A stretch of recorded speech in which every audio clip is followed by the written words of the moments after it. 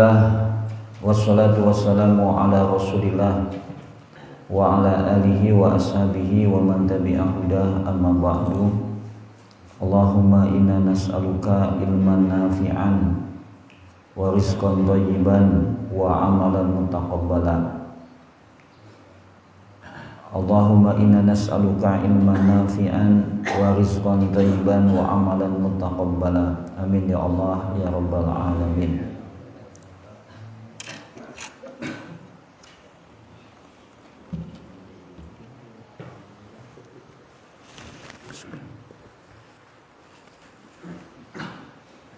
Kita akan melanjutkan kajian kita yang pernah dibahas di tempat ini dengan tema adab menjadi orang yang soleh. Supaya nyambung dengan pembahasan sebelumnya, saya akan ulang sepintas apa yang dimaksud dengan orang yang soleh. Ringkasnya adalah orang yang soleh adalah orang yang taat kepada Allah. Semua perintah Allah dilaksanakan, semua yang dilarang oleh Allah ditinggalkan. Jadi apakah kita itu orang yang soleh? Jawabannya harus tahu dulu. Orang yang soleh adalah semua perintah Allah dilaksanakan, semua yang dilarang ditinggalkan. Tingkatan kesolehan berbeda-beda. Ada tingkatan kesolehan yang sempurna. Tidak ada perintah Allah yang ditinggalkan.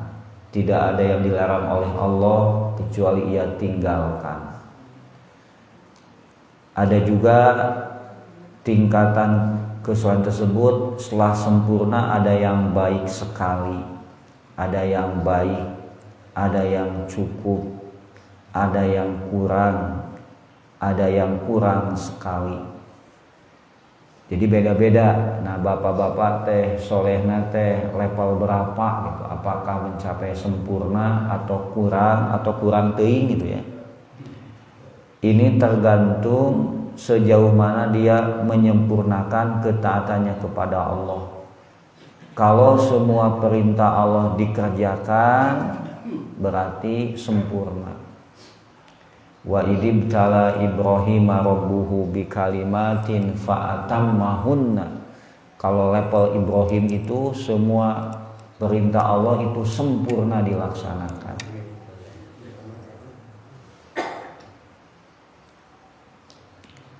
Kemudian variabel kesolehan. Nah, kita mungkin standar, apakah saya sudah sempurna? Apa variabelnya, standarnya? Al-Quran yang pertama. Al-Quran 114 surat, 6.000 ayat lebih. Pertanyaannya adalah, apakah bapak-bapak, ibu-ibu sudah menjalankan semua perintah dalam Al-Quran? Tos arapal Al-Quran. Tina 6.000 ayat, berapa yang sudah dipahami dan dilaksanakan? Kalau para sahabat dihitung, katanya hanya ada 3 ayat yang belum merata diamalkan. Sebab para sahabat belajar Al-Qurannya 10 ayat sampai hafal, sampai paham dan diamalkan. Kalau sudah beres hafal, paham, diamalkan, ditambah lagi. Maka bisa dihitung berapa ayat yang belum diamalkan. Nah, tinggal ibu-ibu teh sarolehah henteu. Apakah ayat Quran tos sadaya diamalkeun? Nah, gitu. Mana yang belum diamalkan, mana yang masih ditentang oleh ibu-ibu? Ayat ibu, ayat nu ditentang, nu dipikir ku ibu-ibu. Siga nama ayatnya. Cik ibu bapak apa tuh? Hah? Nah, surat An-Nisa cenah. Cobi tiasa diamalkeun teu? Bapak-bapak geus siga nam eta nu can diamalkeun teh nya. ya Allah ayat ieu can ku abdi diamalkeun jijik ngegeruk nangis kunaon Pak teu bisa ngamakeun ayat ieu ngasieun Pak in khiftum kan sieun ngambil gitu. Jadi kesolehan itu ikhwatul iman yang berbahagia satadanya Al-Qur'an, sejauh mana kita Al-Qur'an itu yang jadi patokan kita diamalkan atau tidak. Yang berikutnya adalah hadis atau sunnah ya. Hadis itu sampai kalau Al-Quran itu kan hanya 6.000 ayat ya, 6.200 lebih lah. Kalau hadis ini lebih banyak. Kira-kira bapak-bapak kitab hadis mana yang sudah selesai? Kan banyak kitab hadis itu ya. Yang standar itu Kutubus Sittah ya. Kutubus Sittah itu Sahih Bukhari, Sahih Muslim, mana yang sudah selesai?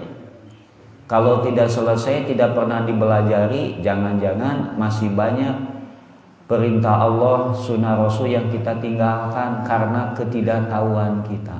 Ya. Jadi solehna gitu terjadi ya, atau kesolehan kita berkurang. Masih banyak variabel kesolehan yang belum kita lakukan. Maka kemarin saya sampaikan ya atau minimal selesai kitab Bulughul Maram, selesai kitab Riyadhus Shalihin, itu ajalah sekedar pemula. Di jumlah jamleh ya sekitar Bulughul Maram 1600-an, Riyadhus Shalihin 1600, jumlah jamleh 3200 hadis lah itu minimal. 3000 ya. 3.200 hadis itu muslim minimalis dan minim acis mungkin ya. Jadi minimal tentang hukum dari mulai bab air sampai akhir kita begini ini aturan dari Allah, ini akhlak dari Rasulullah SAW, itu selesai. Silahkan masing-masing Iqra binafsika ya. Iqra kitabaka kafa binafsika al-yauma 'alaikal hasiba. Silahkan baca catatan masing-masing sejauh mana kita itu ingin menyempurnakan kesolehan kita ya. Standarnya sejauh mana kita mempelajari Al-Qur'an dan mengamalkannya. Standarnya adalah sejauh mana kita mempelajari hadis dan mengamalkannya. Atau yang sudah saya sampaikan juga, standar berikutnya adalah dari melihat cabang-cabang keimanan. Keimanan itu ada 77 cabang lebih lah. Ada 70 cabang lebih. Yang paling tinggi la ilaha illallah, yang paling bawah menyingkirkan hal-hal yang mengganggu dari jalan, kemudian al-haya'u minal iman. Itu juga harus diketahui dulu apa saja cabang-cabang keimanan yang 77 cabang itu. Naon wae teh. Setelah itu kita mengoreksi diri, kira-kira cabang mana yang belum ada.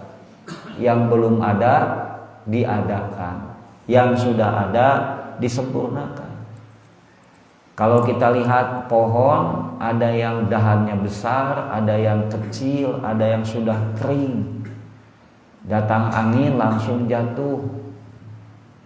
Mungkin bapak-bapak dahulu rajin Senin Kemis, sekarang mah sudah tidak ada, sudah tidak pernah lagi. Berarti sudah kering tuh. Dulu tahajud tidak tertinggal, sekarang setahun sekali juga tidak. Ini sudah tertinggal juga. Perhatikanlah cabang-cabang keimanan, jangan sampai terus kering kerontang, ujung-ujungnya hilang. Mungkin banyak cabang keimanan yang dulunya ada sekarang sudah menghilang di kita.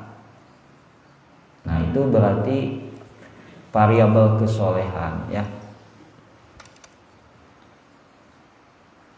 Jadi kalau ada pertanyaan, sudahkah menjadi orang yang soleh? Ya, tingkat berapakah kesolehan kita? Itu pertanyaan harus direnungkan. Jika kita terus semangat mengkaji Al-Quran, memahami Al-Quran dan berusaha mengamalkannya. Kita semangat mengkaji hadis, memahami dan mengamalkannya. Maka insya Allah kita sedang berusaha untuk menuju kesempurnaan kesolehan kita. Cabang-cabang kesolehan sangatlah banyak. Geningan loba kene, semakin dipelajari semakin banyak. Semakin kita giat mengkaji, asa semakin bodoh, dan itulah memang tandanya ilmu bertambah. Tanda ilmu bertambah adalah akan semakin terasa kebodohan kita. Geninganan ieu teu nyaho, ieu teu apa gitu. Masih banyak yang belum kita ketahui. Begitu, dan kita membuat semangat. Kumaha tuh tidak sampai dari ribuan ayat IT ayeuna we karek Al-Baqarah maot we berarti geuning loba keneh surat-surat nu sanes. Itu lebih baik daripada yang tidak melangkah. Kalau kita sudah melangkah, minimal kita sudah ada di jalan yang benar. Kita melangkah meskipun perjalanan itu masih jauh. Perjalanan kita misalnya ke Jakarta baru juga 5 langkah meninggal, tapi kita sudah bau ke sana. Al-Quran mengatakan, barang siapa yang sudah berniat hijrah tapi summa yudrikul maut, tapi dia meninggal, faqad waqa'a ajruhu indallah, sudah dapat pahala. Jadi minimal meskipun perjalanan kita masih jauh, mulailah kita melangkah. Ya, mulailah kita melangkah. Kita ingin mengenal ajaran Allah dengan sebaik-baiknya dan ingin mempraktekannya. Saya sudah membunuh 99. Wah, nggak bisa. Aduh, cenah teu bisa taubat ini. Dipaehane sakalian sampai membunuh 100. Tapi penasaran, saya sudah membunuh 100 orang, apakah saya bisa bertobat? Bisa. Syaratnya kamu jangan tinggal di sini. Di sini mah lingkungannya jelek, tobatnya kabawakeun wae. Tobat tapi mah ku babaturanna diajak deui. Kamu harus tinggalkan tempat ini. Pergilah. Di sana banyak lingkungannya baik, maka pun dia melangkah menuju tempat yang baik itu. Tapi malahan meninggal di tengah jalan, itu kan kisahnya masyhur ya. Karena dia sudah melangkah, Allah memaafkan. Padahal dia belum beramal apapun juga, gitu kan hadisnya itu. Artinya bapak-bapak untuk menjadi orang soleh, untuk meningkatkan level kesolehan kita ini butuh kesungguhan dan keseriusan kita. Ya. Maka mudah-mudahan pengajian kita ini adalah termasuk salah satu upaya kita untuk memperbaiki, meningkatkan kesolehan kita pada Allah. Amin ya Allah ya Rabbal alamin. Mudah-mudahan bapak-bapak sing sarehatnya, sing sarehat, semangat terus dalam menuntut ilmu dan mengamalkannya. Sehingga nanti apabila Allah memanggil kita, kita tidak malu sebab kita sudah melangkah di jalan tersebut, sudah ada di jalan tersebut. Kemudian barulah apa saja adab menjadi orang yang soleh. Yang pertama adalah takut, ya, harus takut. Ini sudah sampai nomor berapa? Ibu-ibu masih ingat ke? Sok rajin ibu menyatatnya. Sudah sampai nomor berapa adab menjadi orang yang soleh? Pak Muslim?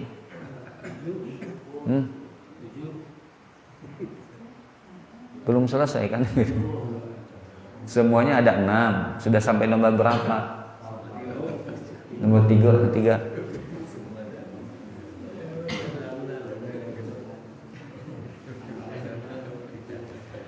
Satu, kita ulang aja lah. Ini untuk satu, harus takut tidak menjadi orang yang soleh. Nah, jadi harus ada rasa takut. Sieun teuing urang teh can jadi jalma anu soleh. Takut sekali ada perintah Allah yang belum dilaksanakan. Takut sekali ada yang dilarang oleh Allah masih dilakukan. ini harus ada perasaan takut ya. Jangan-jangan masih ada perintah Allah yang belum kita kerjakan. Cikin-cikin ibu-ibu, apakah berapa banyak perintah Allah? Aya sabaraha hiji perintah Allah teh? Seueur tuh. Bapak-bapak mungkin pertanyaannya, bapak-bapak ari perintah Allah seueur sabaraha hiji? Perintah Allah itu ada berapa? Ada 2, naon wae 2 teh. Itu melarangan. Perintah Allah sangat banyak. Larangan Allah juga sangat banyak. Kalau yang perintah Allah yang banyak, berapa perintah Allah yang belum dilaksanakan? Banyak juga nya. Banyak kene. Berapakah larangan dari Allah yang belum kita taati? Itu juga mungkin banyak ya. Tuh geuningan seueur kene. Nah eta wanian-wanian teuing gitu. Diparentah ku Allah masih juga belum melaksanakan. Padahal satu perintah Allah saja diabaikan, bisa datangnya kemarahan Allah. Nabi Adam kesalahannya cuma 1, iblis juga kesalahannya cuma 1. Apa dosa iblis? Satu perintah Allah diabaikan. Wa id qulna lil malaikati isjudu li adama fasajadu illa iblis. Ternyata kesalahannya 1, disuruh sujud tidak mau sujud, Allah pun marah. Jadi satu perintah saja sampai Allah begitu marah. Padahal pada Nabi Adam, bahkan makhluknya baru 1, hiji-hijina urang keboga budak hiji-hijina meskipun melanggar kita tetap sayang gitu ya. Ini mah makhlukan hiji-hijina nu aya diusir ku Allah. Padahal ini yang paling berharga cuma 1 makhluk itu, Nabi Adam dan Siti Hawa diusir. Kalau kita memang siapa? Berani-beraninya perintah Allah kita tidak dengar. Demikian juga kita. Ya. Iblis juga cuma 1. Nabi Adam 1. Kalau Nabi Adam apa? Jangan dekat-dekat kepada pohon, malah didekati, diusir juga. Ya. Jadi kita harus takut ada perintah Allah yang kita abaikan. Takut ada aturan Allah yang kita abaikan. Kemudian hal yang harus diperhatikan juga adalah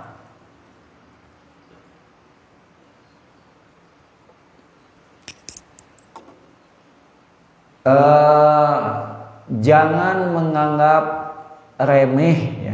Jangan menganggap sepele kepada perintah Allah.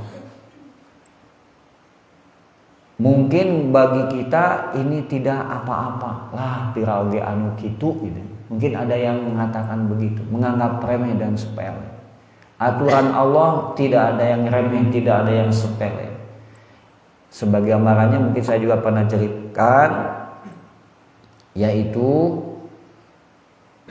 ada orang yang disiksa di alam kuburnya. Kata Nabi, bukan karena dosa yang besar. Kemudian Nabi itu diam, bala, tetapi sesungguhnya ini dosa besar. Yang pertama, ada orang yang tidak bersih, membersihkan kencingnya. Ketika dia kencing tidak bersih dari kencing, maka karena kencingnya tidak bersih, oleh Allah disiksa di alam kuburnya. Kata Nabi, tolong ambilkan pelepah kurma. Kemudian pelepah kurma dibagi 2 potong, ditancapkan di satu kuburan dan di kuburan yang kedua. Kata Nabi, bagaimana? Semoga Allah meringankan siksaannya selama pelepah kurma ini basah. Yang pertama, orang ini sedang disiksa.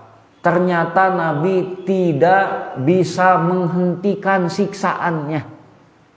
Jadi tetap disiksa, cuma siksaannya diringankan. Dan diringankannya hanya sebentar. Selama pelepah korma itu basah. Pelepah kormanya sudah dibelah dua, berarti cepat keringnya. Ditancapkan di padang pasir. Saya sudah cerita roti saja. Saya punya roti disimpan di kasur, belum dikana kulkaskeun, hanya beberapa saat sudah kering. Eta teh di kamar. Ini di padang pasir. Berarti sebentar saja. Apa dosanya kencing? Jadi mungkin banyak orang yang kalau masuk ke toilet ya, ini tidak bersih dari kencingnya. Saya sudah sampaikan bahwa 3 harus bersih itu. Bersih badan dari kencing.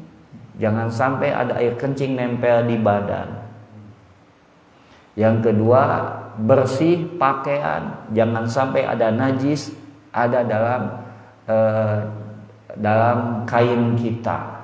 Yang ketiga, bersih tempatnya dari kencing.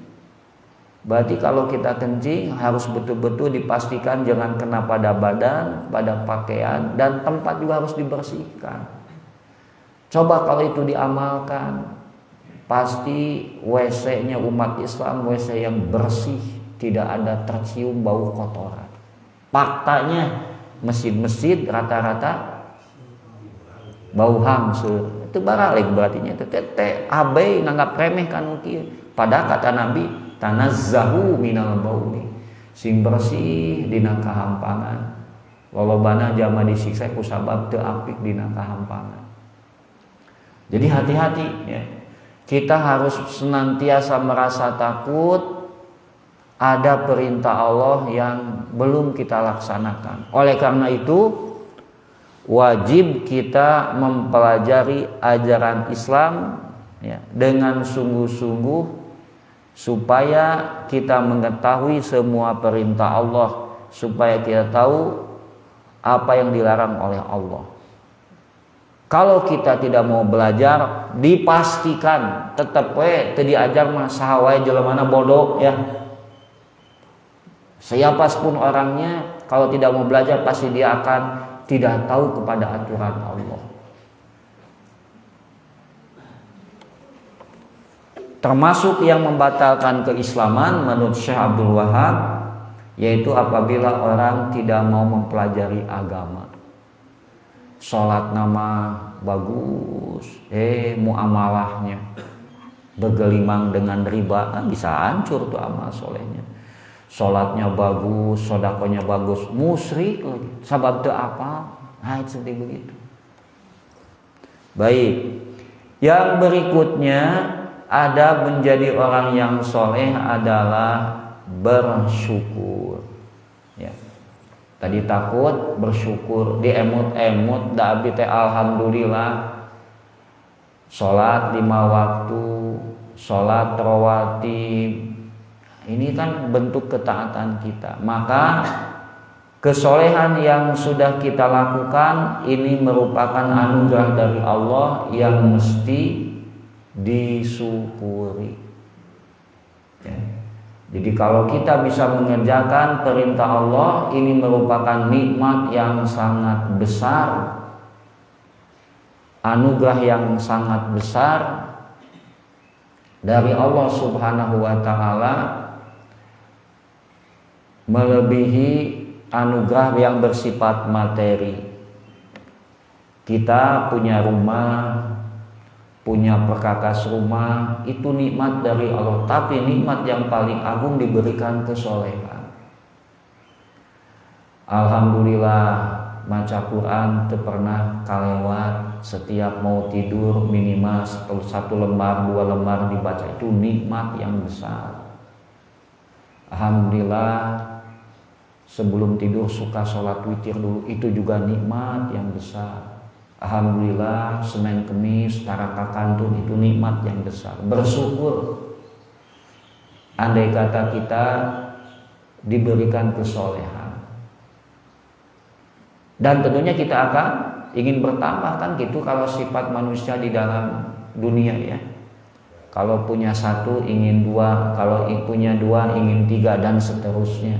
Harusnya begitu juga geningan nikmat maca Quran salambar teh komo lamun 2 lembar, komo lamun di waktu malam dibacanya ketika tidur, geuning enak tahajud teh. Nah, seperti begitu, semoga bertambah ya. Jadi bersyukur. Nabi SAW mengatakan sholat qobla subuh 2 rakaat lebih baik daripada dunia dan isinya. Kalau kita bisa sholat qobla subuh, dunia dan isinya, lebih baik dunia dan isinya. Mungkin supaya terbayang kalau kita diberikan pulau, sebuah pulaunya tong gede teuing lah, pulau Bali aja segitu ya. Dan di sana pulau tersebut isinya lah tambang emas. Selamat Bapak Muslim dapat pulau A. Di sana ada tambang emas, silahkan. Wah, beunghar ya, sultan. Ini bukan satu pulau, dunia dan isinya. Eta teh naon? Qobla subuh saja. Qobla subuh saja. Berarti kalau kita bisa mengerjakan kesolehan, ini adalah nikmat yang sangat besar dari Allah. Kalau nikmat dari Allah berarti lamun anu teu bisa, tidak mengerjakan, dia ketinggalan, dia tidak punya nikmat itu. Itu kerugian yang besar ya. Teu salat tahajud malam tadi rugi besar, teu maca Quran rugi besar, tidak sedekah rugi yang besar. Itu ya. Itu yang kedua, harus bersyukur ya. Jadi kita ingat-ingat apa yang sudah kita amalkan. Alhamdulillah ya Allah, saya bisa sholat 5 waktu. Alhamdulillah ya Allah, saya bisa ke masjid. Ini nikmat dari Allah Subhanahu wa ta'ala. 2 itu sudah. Yang ketiga, takut kesolehannya tidak diterima ya. Kalau yang tadi itu ingat-ingat, oh ini amal yang sudah saya kerjakan A, B, C, D, U, alhamdulillah Allah, tanpa ada bantuanmu tidak mungkin saya bisa. Tetapi kita juga introspeksi, entong cek sunama aku angga cenah ya, aku angga teh ngaku-ngaku padahal ku Allah mah tadi aku ini. Saya sudah sholat. Pertanyaan, apakah sholat kamu itu dijamin diterima oleh Allah? Ya. Abi teh damatnya teu soleh madah saum, apakah saum kita diterima oleh Allah? Saya juga kan tahajud, diterima tidak? Silahkan kita introspeksi. Diterima tidak semua amal kita? Kata Nabi, ada orang yang sholat selama 60 tahun tak ada satupun sholatnya yang diterima. Bisa jadi dia tidak sempurna rukunya atau tidak sempurna sujudnya. Wujuhu yawma idin khashi'ah amilatun nasibah tasla naron hamiyah. Di hari kiamat ada orang yang wajahnya tertunduk ya, tertunduk hina. Amilatun nasibah, amilah, dia itu beramal. Nasibah, beramal begitu capek, beramal begitu lelah. Tasla naron hamiyah, tapi malah dia masuk neraka. Coba ada yang beramal capek tapi ke neraka. Jadi yang ke neraka teh bukan yang tidak beramal saja, nu beramal ge kana neraka. Amal kumaha cek urang Sunda mah aya nu capek gawe teu kapake ku Allah. Kita baru mengaku-ngaku saja tapi teu diaku ku Allah. Nah, kita mesti takut. Jangan-jangan amal soleh yang kita kerjakan oleh Allah ditolak. Kenapa? Di bawah standar. Ya. Jangan-jangan amal soleh kita itu standarnya, persyaratan-persyaratannya tidak terpenuhi. Ya. Syarat minimalnya tidak terpenuhi. Nah, ini berat sekali. Dan para ulama sudah menjelaskan mengenai kriteria ya, atau syarat-syarat amal yang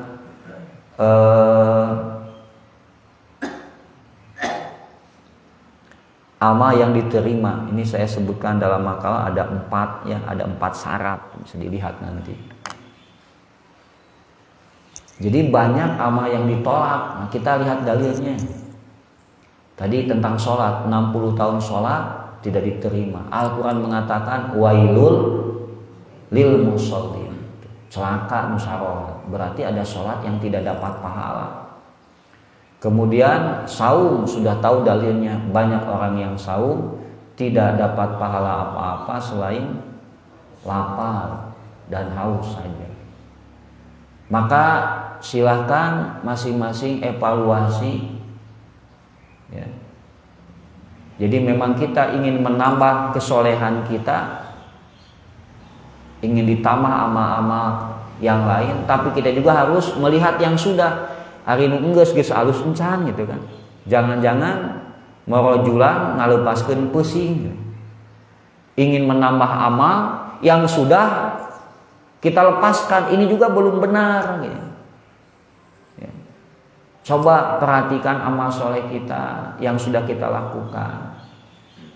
Takut masih jelek, takut tidak di bawah standar. Takut masih di bawah standar. Coba dalam sebuah hadis ya, kita sama-sama tahu yang pertama kali masuk neraka adalah 4 golongan. Yang pertama siapa? Yang mengorbankan nyawa. Ketika oleh Allah dipanggil dan disidang, Allah memperlihatkan nikmat-nikmatnya. Allah bertanya, kamu punya amal apa? Oh saya mengorbankan nyawa. Kata Nabi, kamu bohong, kamu pendusta, kamu berjuang bukan karena aku, tapi ingin disebut sebagai pemberani. Ditolak dan dia masuk neraka yang paling pertama. Yang kedua, apa amal kamu? Saya menginfakkan harta, habis harta saya untuk Islam. Kata Allah, bohong, kamu dusta, kamu keluarkan harta bukan karena aku, tapi karena ingin dipuji oleh manusia sebagai orang yang dermawan. Yang ketiga, orang yang baca Quran, waktunya habis baca Quran. Kata Allah, kamu dusta, kamu ingin disebut qari'un. Yang keempat, orang yang sibuk dengan ilmu, habis waktu untuk ilmu, bohong, kamu itu ingin disebut alim ya. Mungkin akademisi ya, sibuk seminar, nulis jurnal, publish ya. Mungkin kalau jadi dosen itu tahu ya bagaimana repot, capek jadi dosen ya, harus laporan, harus nulis jurnal. Apa motif kamu? Nanti ditanya oleh Allah Subhanahu wa taala itu. Ini coba amalnya kan bagus, ngorbankeun nyawa, ngorbankeun harta, ngorbankeun waktu, ternyata ditolak sebab persyaratan tidak terpenuhi. Itu ikhlas, berat ikhlas itu. Mutabaah harus sama dengan Nabi. Berarti kita harus belajar sungguh-sungguh sunnah Nabi. Harus al-ahdu bil quwat, total maksimal. Total maksimal mengerjakannya. Kalau kita itu mampu 100%, jangan 80%. Harus maksimal. Sholat ini sholat yang terbaik. Gitu. Baik. Ini yang ketiga sudah. Nah berarti sekarang masuk adab yang keempat. Ini ya. Takut kesolehannya dicabut. Mungkin pernah kita dengar baheula mah abi nuju ngora teu kakantun tahajud. Ayeuna geus kolot mah teu kasiwer tahajud teh. Mungkin ada yang mengatakan abdi ti paling mah getol ngaos teh kaitu ka dieu, tapi ayeuna mah hoream, mungkin ada hoream. Mungkin ada banyak sekali amal-amal soleh yang pernah kita kerjakan rutin, sekarang cuma sekali-kali dikerjakannya. Bahkan ada juga yang tidak sama sekali. Ya. Lekat saum teh sampai saum Daud juga dikerjakan. Ayeuna mah boro-boro sibuk dengan urusan kerja mungkin. Karena pekerjaannya menumpuk, teu sempat saum deui. Baheula mah unggal dinten maca Quran, ayeuna mah teu kabujeng maca Quran oge. Nah, ini hati-hati ya. Hati-hati, amal soleh yang kita kerjakan belum tentu bertahan. Mungkin hanya sekali dua kali kita kerjakan, mungkin hanya setahun dua tahun kita kerjakan, kesananya hilang dari kita. Bahkan tidak berbekas ya. Siga utara sholat gitu. Mungkin ada juga yang begitu, padahal santri itu ketika mahasiswa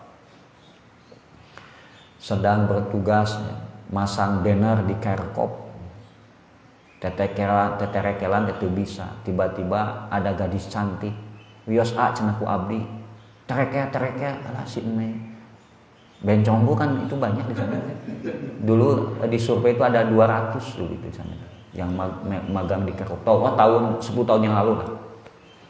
Ketika ada penelitian citizen project ya, jadi problematika kota ya, dengan banyaknya itu waria itu banyak sekali. Nereknya itu si Neng geus. Ada yang dangkak gitu kagok apa-apa. Cenah da abdi teh tipeun mah santri gitu. Jadi nggak kelihatan santrinya, hilang gitu kan. Jadi bisa jadi seperti begitu. Yang korupsi mungkin dulunya adalah ahli masjid. Tapakan bisa begitu. Kesolehan yang kita lakukan, yang kita rintis bisa habis. Nah, kita mesti takut seperti itu. Ya. Takut kesolehan yang kita amalkan itu dicabut oleh Allah Subhanahu wa taala. Dan dicabutnya itu bertahap ya. Mimiti nama hoream sekali dua kali. Pleng we. Misalnya pengajian teh getol sakali yang bikin manteu. Pleng we, 3 tahun teh ngaji teh gitu. Baru sadar dia itu. Itu banyak. Kamana wae? Muhun saja tipe teh teu damang tidinya mah.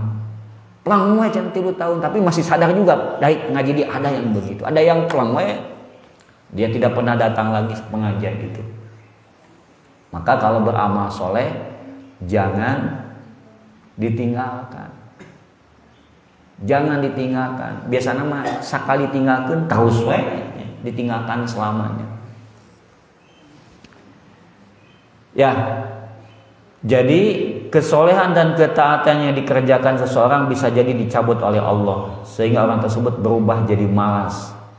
Amal soleh yang biasa ia kerjakan sudah lama ia tinggalkan. Bahkan sekarang ia sudah terbiasa mengerjakan dosa dan maksiat. Berlama ahli tahajud, ahli saum, nama. Ya. Saya sering itu kalau yang di jalan ya, ada anak-anak pang lekoh maca jazakumul khairan ceteh. Ieu siga nama beda mah harusna ge beda ya. Boa-boa itu ya baheula nama baganan santri ya. Dan tidak mustahil ya itu. Tahu Ustaz Saifuddin, pendeta Saifuddin itu kan di pesantren, tapi ya bisa begitu. Ya. Kesolehan bisa hilang. Berubah jadi ahli maksiat itu sangat mungkin.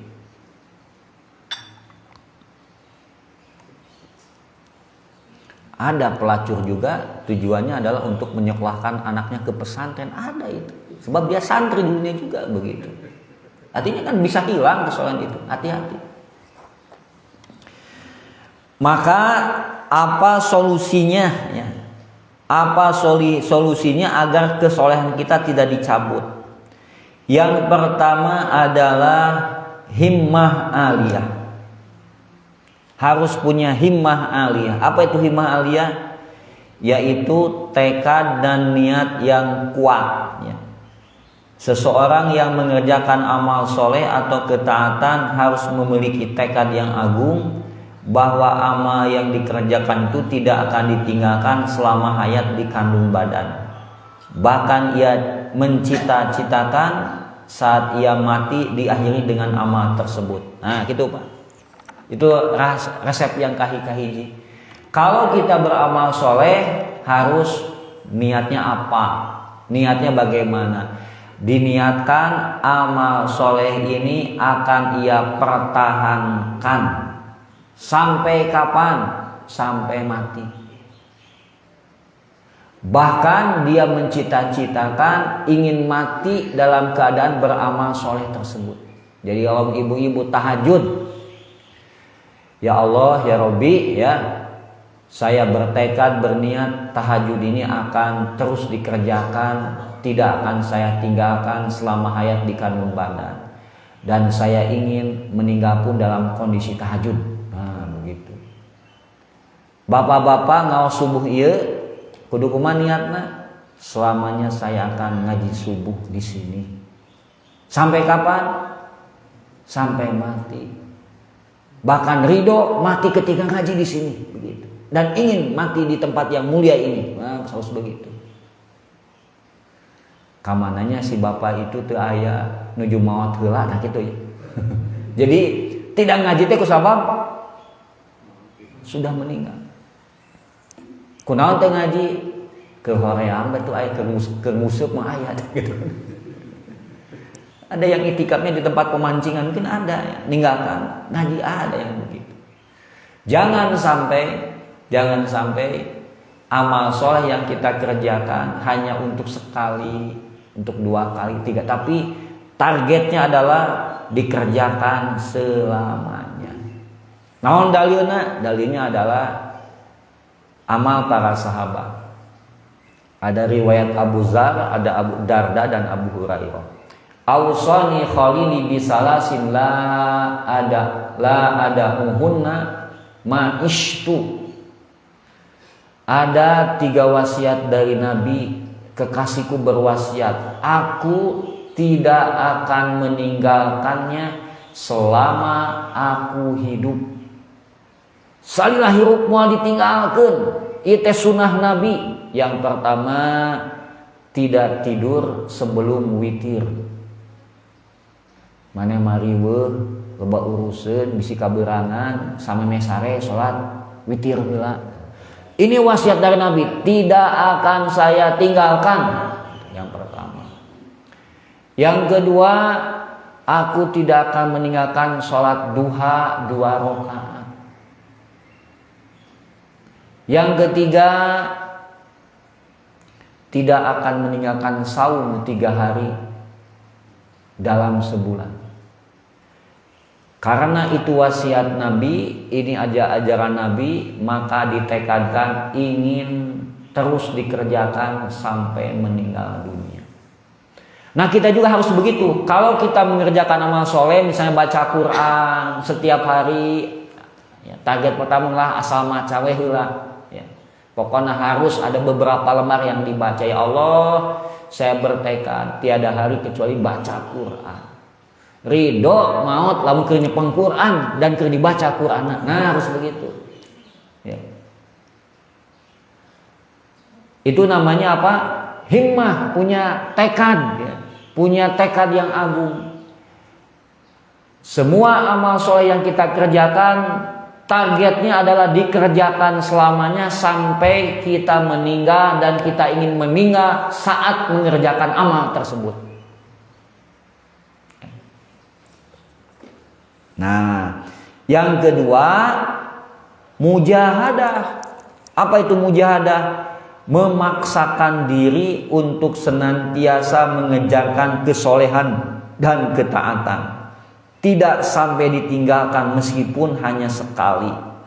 Jika ia terpeleset sehingga ia meninggalkan amal soleh itu sehari, 2 hari atau 3 hari, cepat-cepat bangun, tidak larut, bersegera untuk kembali beramal.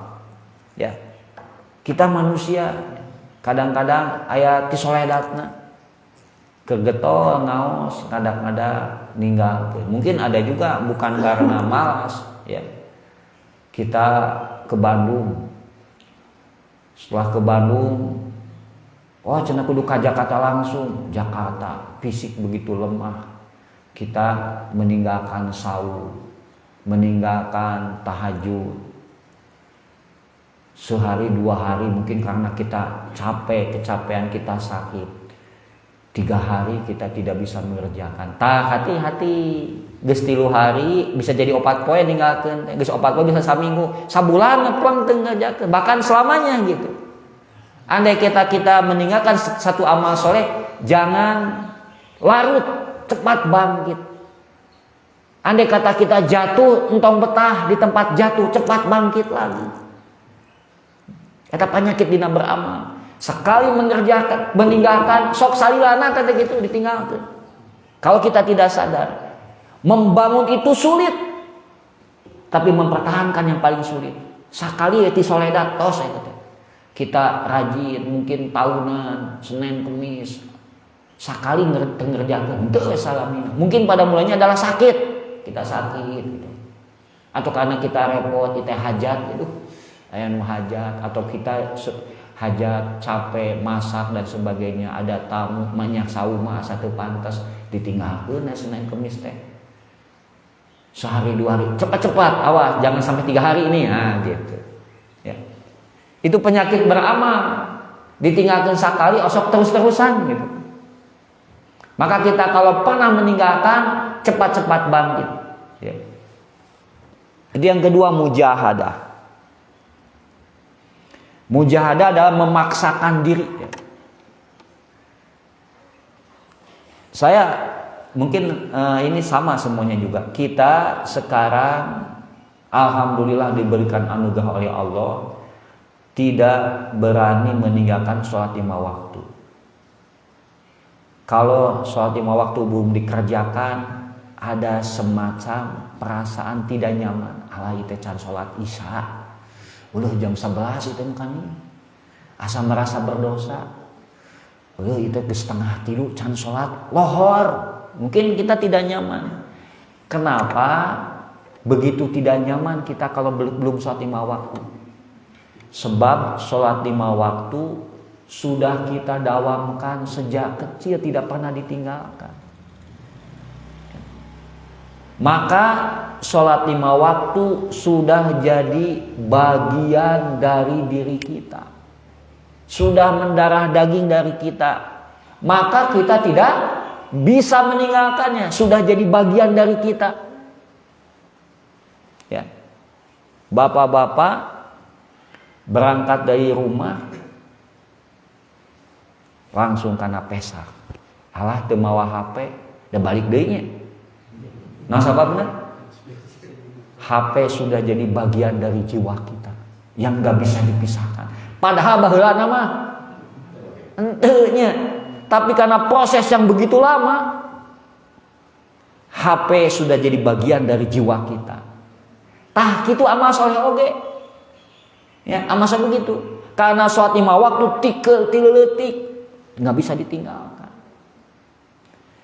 Tah kahayang mah sadaya amal soleh teh siga karena HP, siga karena sholat 5 waktu.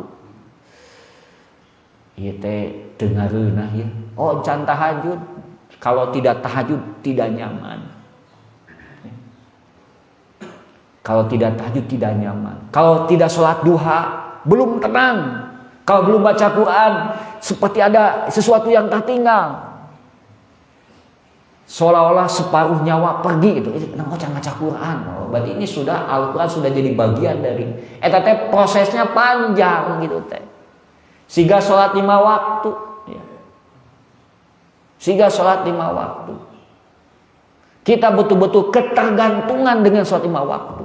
Tak gitu teh.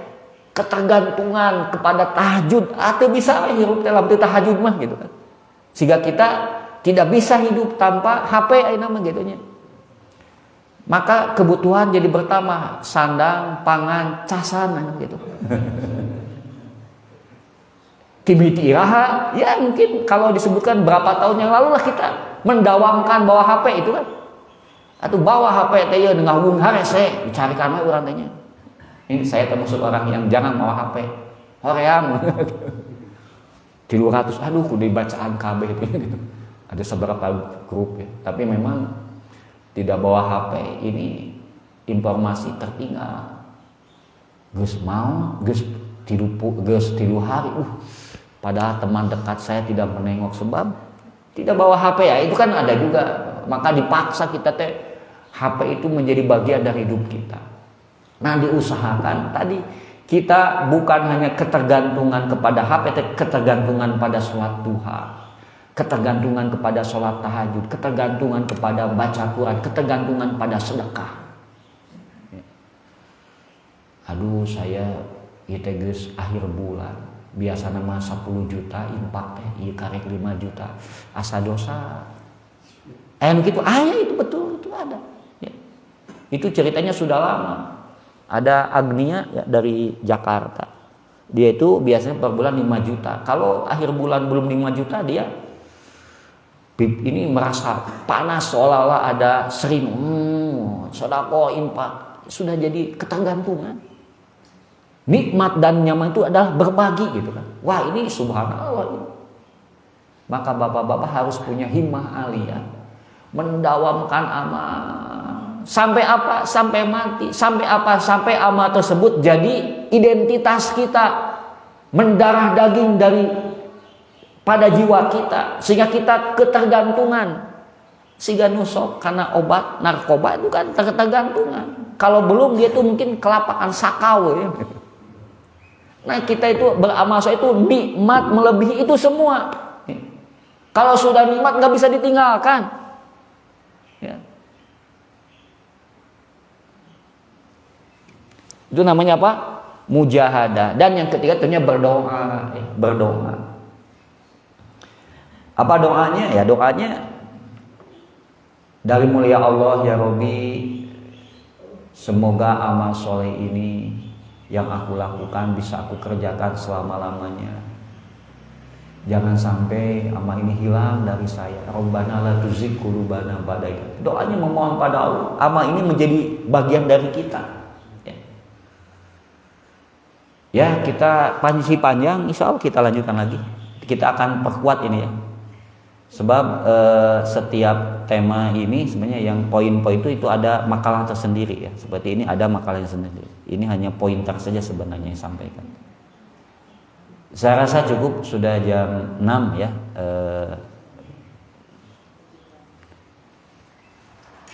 Apa? Mangga Bu.